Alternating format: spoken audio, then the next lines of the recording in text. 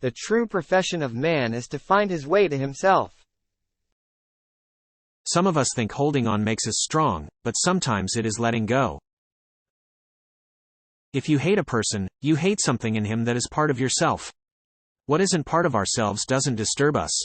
One never reaches home, but wherever friendly paths intersect, the whole world looks like home for a time.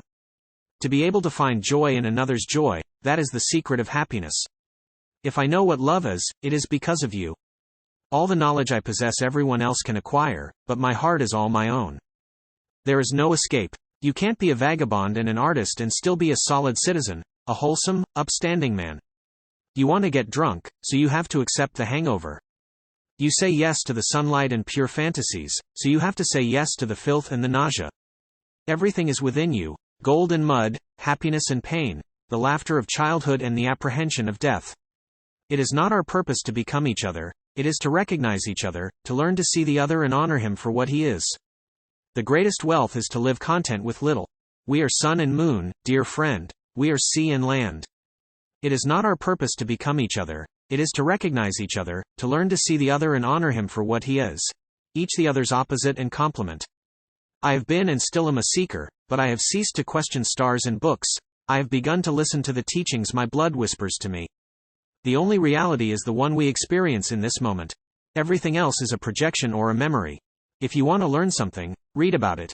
If you want to understand something, write about it. If you want to master something, teach it. We must become so alone, so utterly alone, that we withdraw into our innermost self. It is a way of bitter suffering. But then our solitude is overcome, we are no longer alone, for we find that our innermost self is the Spirit, that it is God, the indivisible. And suddenly we find ourselves in the midst of the world, yet undisturbed by its multiplicity, for our innermost soul we know ourselves to be one with all being. The more one loves, the more one suffers.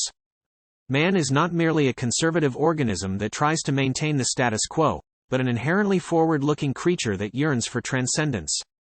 Each man had only one genuine vocation, to find the way to himself. He might end up as a poet or a madman or a prophet or a criminal. That was not his concern, ultimately it was of no importance.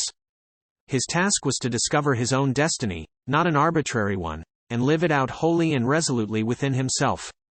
Everything else was only a would-be existence, an attempt at evasion, a flight back to the ideals of the masses, conformity and fear of one's own inwardness. A true seeker must be willing to be misunderstood. We kill, not only because we think it's legitimate, but also because we think it's necessary. We are not human beings having a spiritual experience.